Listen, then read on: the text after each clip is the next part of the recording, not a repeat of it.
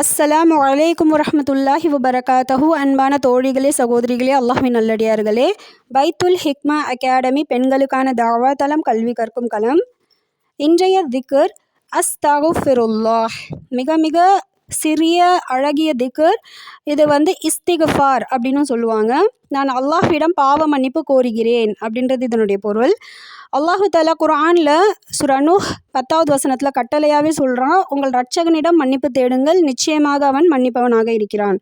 So ஒவ்வொரு முஃமினுடைய உள்ளமும் நாவுகளும் என்றென்றைக்குமே அஸ்தகுஃபிருல்லாஹ் அப்படின்ற அந்த திக்ரில் நனைந்து கொண்டே இருக்கணும். அதிகமாக அல்லாஹ்விடம் பாவ மன்னிப்பு கோரக்கூடியவங்களாக நம்ம இருக்கணும்.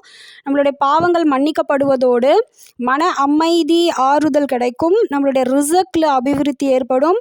அல்லாஹ்விடம் மிக மிக நெருங்கியவர்களாக நம்ம ஆகக்கூடிய வாய்ப்பு இதில் இருக்குது. முன்பின் பாவங்கள் மன்னிக்கப்பட்ட ரசூலுல்லாஹி ஸல்லல்லாஹு அலைஹி வஸல்லம் அவர்களே ஒரு நாளைக்கு 70 அல்லது 100 முறை இஸ்திக்ஃபார் பண்ணியிருக்காங்க.